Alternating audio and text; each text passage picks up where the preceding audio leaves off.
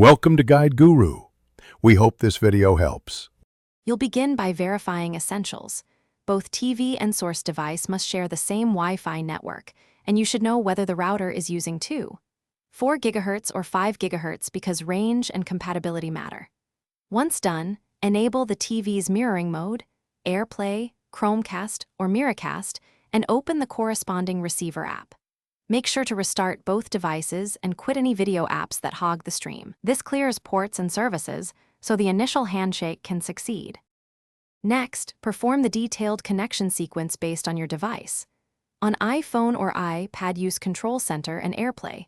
On Android, tap the cast icon or Smart View. On Windows, open Connect or Project and choose the TV. Select the exact TV name and allow any on-screen permission or enter the PIN the TV shows. If you notice lag or drops, change the source's output resolution and frame rate to a lower preset so the network and TV decoder can keep up without buffer failures.